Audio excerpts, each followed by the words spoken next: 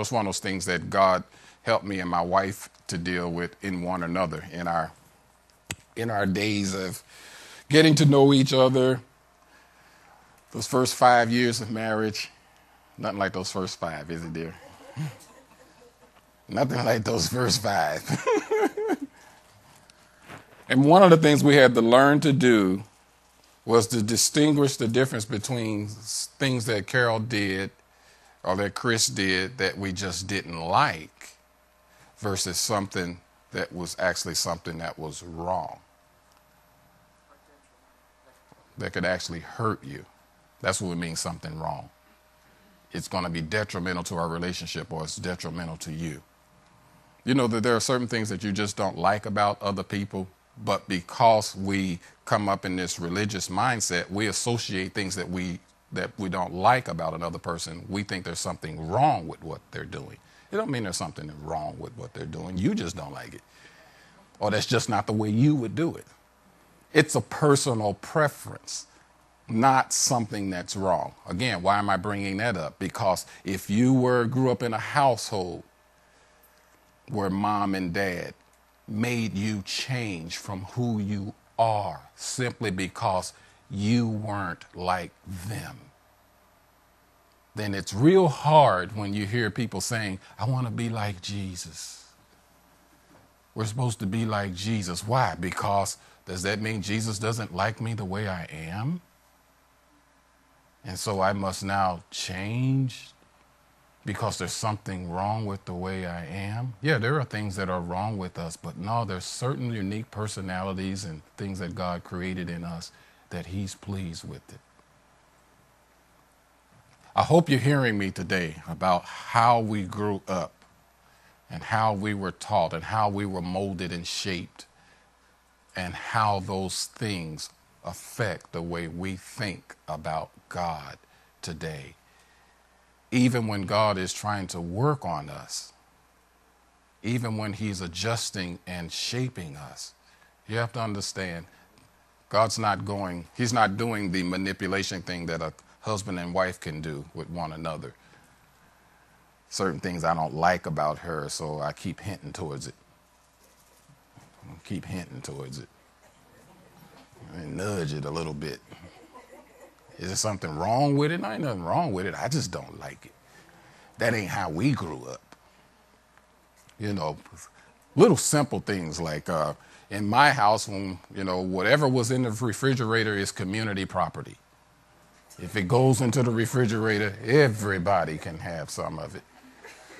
But if she come up in a household that everything in the refrigerator, it has a secret label. You can't see it.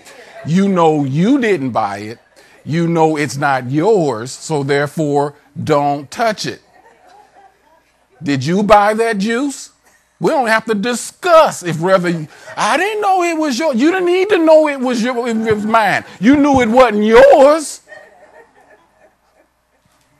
But I thought was yours is mine and was mine is yours, and so we're married, and shouldn't everything belong to each other now? That ain't how it was when I grew up, not in my house. So you can see how a husband and wife can have a quick conflict if you come from a household where it was community property and a household where, no, this is mine. Now, is it something wrong with either one's point of view? Nothing wrong with either one's point of view. But isn't that a little selfish? No, that's just how they grew up. And it worked for that household. It worked for that family. Nothing wrong with it. In fact, the rule goes, if all you got to do, what most people end up saying, all you had to do was ask. If you wanted some, you should have just asked me first. I would have said yeah, most of the time. But this one might have been one of those times where, y'all know, especially when you get down to the last little bit, I don't want you drinking the last little bit. I was looking forward to the last. If I had just put it in there, it would have been okay for you to drink it. But I sat down to watch TV. I knew I had about 4 ounces left. I went there. I was ready for it. And I opened the refrigerator and it's gone. And ain't but one other person in the house. So how could you dare? And that's where we go with it. Am I right? How could you? How dare you? See, that's a great violation.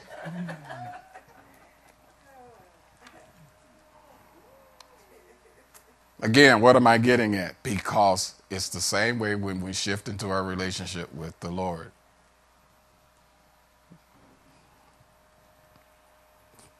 So what is God really speaking to us when we talk about such things as what happens when believers sin? Wow. Where is God coming from in all of this? God's always coming from a perspective of covenant. That before I even bring up these things that I'm about to talk to you about, I want you to know that I love you. I'm not bringing it up because I'm saying you're not mine.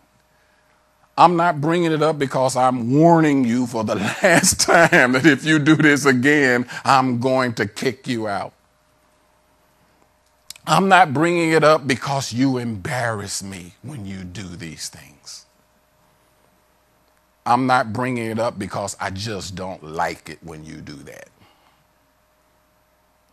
I'm bringing it up because you are mine. You're my son, you're my daughter. And I always want what's best for you. When God uses the word love, it's a Greek word agape, which means, many of us have probably heard this aspect of the definition. It means unconditional love. But it also means unconditional acceptance of where a person is, of who a person is. And it also means this. I love this part of the definition. It means to be totally committed to what is best for that person. So he loves us so much that he accepts us where we are. And he also loves us so much that I'm not going to let you stay in that condition. I accept you in that condition, but I love you so much, I can't let you stay there. So I'm totally committed to doing whatever it's going to take to bring you out of that condition. I know that you're broken. I know that you're hurting. But you're in my hands. You're mine.